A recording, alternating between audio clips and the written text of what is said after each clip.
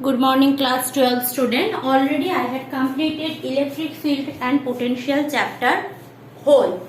Now with this video you will get a link of that problems and respective solutions of electric field and potential.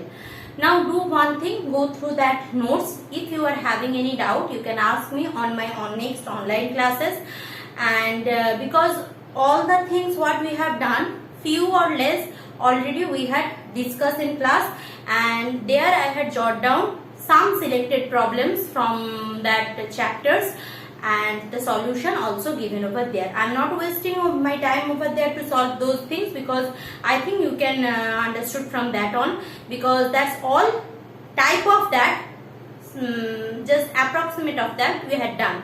So today I will start my next chapter, that is capacitor and capacitance. That is also included in unit 1. So we are starting capacitor chapter. Now what is the meaning of capacitor? Capacitors means, as you say, the name suggests capacity. Capacity to hold the charge. How they will hold the charge? When we are discussing Gauss's theorem, that time we are discussing that we are having two parallel plate sheet of charge like this, and their charge density are sigma here, sigma here. Now suppose this is positively charged sheet and this is negatively charged sheet. So what will happen? The outside of this here and here there will be no electric field. But inside this, if one side positive and one side completely negative, then inside that charge to parallel plate there is a chance of electric field or electric force. So what is my thing is that means, if in this chapter what we are considering, if we are taking this kind of things, means one side complete positively charged and another side completely negatively charged. So this is positive charge, this is negative charge. So as I know, electric field always comes from positive towards the negative direction. And from Gauss's theorem, applications of Gauss's theorem, we also know inside two parallel sheet of charges there will be a electric field. Clear? So this, if I am taking this kind of formation, this kind of system that can use as storage of charge, that can be used as the storage of charge, or called as or named as capacitor. So what is capacitor? What is it used? Where we are using? Which kind of material is used as capacitor? That is our objective of this chapter. So let's discuss from that. Now as I am telling, if you are not, if you haven't understood electric field and potential chapter, then obviously you will not understood capacitor. So it is my earnest request to every student, if you are not still now not have done that electric field and potential chapter, please do it once. So before discussing to the storage of charge or capacitor, let's start the discussion from that conductor and insulator. What is called conductor and what is called insulator? Now those who have done semiconductor chapter, in previous class I have discussed that conductors, in respective of that electrons and energy band structure, we have discussed conductor. So here also I am discussing conductor, means through which electric charge or free electrons can easily pass, and insulators are through which where electric charge are unable to pass, means where that conduction band and the distance between conduction band and valence band, or rather I can say that forbidden gap of energy is so huge that electrons can't jump from valence to conduction band, that they are the insulator. Now this insulator is also called as dielectrics. So dielectrics are also what? Dielectrics are also called insulator. When an electric field is applied, induced charge appear on the surface of dielectric. Thus dielectric transmit electric effect but not conduct electricity. So dielectric do what? they can transfer electric effect from one surface to another another surface, but not the electricity. Means if I am taking a dielectric, suppose dielectric substance. So here we are having a dielectric substance in here. So here we are having electric field. So it can be induced over here. The dielectric can transit electric field from here to here, but there is no passage of free electron. Clear? It can transfer the effect of electric field, but not the conduction of electron. But conductor do what? Conductor passes the electrons. Clear? So that is the difference between a dielectric substance and a conductor substance. Now what are the free charge and bound charge? So free charge are who? Just like semiconductor, what we had discussed, every substance is made up of enormous number of atoms. So many numbers of atoms are there.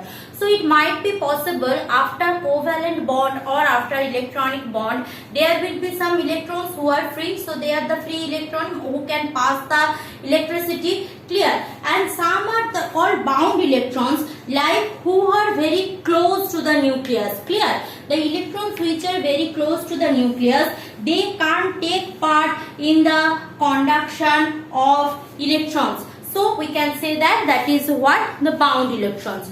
So bound electrons are who are very near to the nucleus.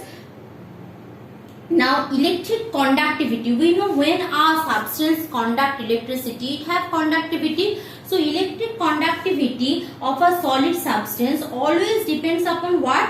The number of free electrons present in it. More number of free electrons means more it is a good conductor. Clear? Now my purpose of discussion, what we are discussing, if we are having two parallel sheet of charges, one side completely positive charge, another side completely negative charge. So if it so inside that charge distribution there will be a electric field. So how we are measuring the capacitance of a conductor? Means capacitance of a conductor. I am not asking right now discussing capacitance of capacitor. I am asking what? Capacitance of a conductor. Means what? How much charge can be passes through the conductor. As I am telling, capacitors is something synonymous or something, the name came from the capacity to hold the charges, capacity to hold the charges, or capacity to store the charges. So if I am going for the same thing for conductor, what is the capacitance of conductor? We know that capacitance of conductor, I can say that more number of free electron means more is the good conductor. So how the charge is, the charge Q depends on what? In a conductor we know that number of charge flowing through a conductor is depends upon what? The potential difference apply on the two end. More is the potential difference, more is the charge flow or current flow. Clear? So if I want to eliminate this proportionality sign, what we can do, that we need a constant, that is Q equal to some constant into V. Clear? Q equal to some constant into V. This C constant is depend on what? Remember, here this constant is depends on few things. What are the things? First of all, the size, and second of all, shape of the conductor. Means how much big and how it is looks like. Depend on that constant varies. Clear? This is proportional. Q is varies with V. Okay, no problem. But there is also a constant factor that is also take a important part in the conduction of free electron. That is Q is equal to CV, and C depends on from various experiment. We see that we have seen that the C depends on that shape of the conductor and size of the conductor and the surrounding medium in which the conductor present. The conductor present in a space, conductor present in a medium, that is also take an important role how much will be the Q. Therefore, this C is called capacitance. And C equal to Q by V. Remember, capacitance of a conductor depends on the free charge divided by the potential difference applied. Clear?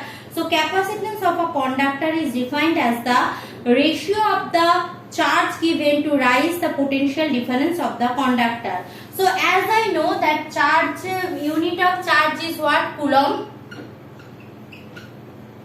and unit of potential is volt. So as a whole it can be written as C volt inverse, Coulomb volt inverse. And since Faraday has discovered this thing, so according to the name of the scientist Faraday, the unit of capacitance